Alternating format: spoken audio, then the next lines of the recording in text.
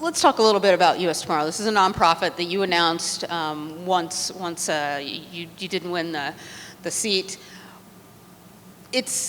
It's almost like taking the things that you learned in business, taking the things you learned in the military, and saying this is just about problem solving. This is doing away with lines and party lines and labels. And can you speak to that a little bit and what you're attempting to do, what your hope is with your new nonprofit? Right. So during my time on the campaign, now these are experts. I was a first timer going into this process, spent 2 years on the trail, and as the entrepreneur, I backed away from it after it was over and went, holy cow.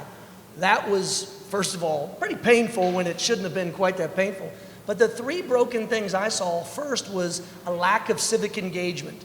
That's just not enough people involved in the process. So there are some really cool groups that are out there trying to get more people out, like Move Texas, registering more people, and other things that we want to partner with to do what they're already doing. Secondly, support the first-time candidates. It's just not there. There's a lot of lip service towards it, but there's not a lot of offerings and opportunities for first-time candidates to run. And then thirdly, forget about it. The business practices or the operations and the technologies inside of campaigns, anything below a presidential, they're barren.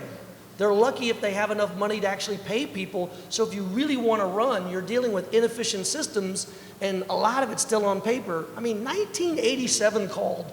They want all their political campaign technologies back. And yet that's what so many first-timers are using.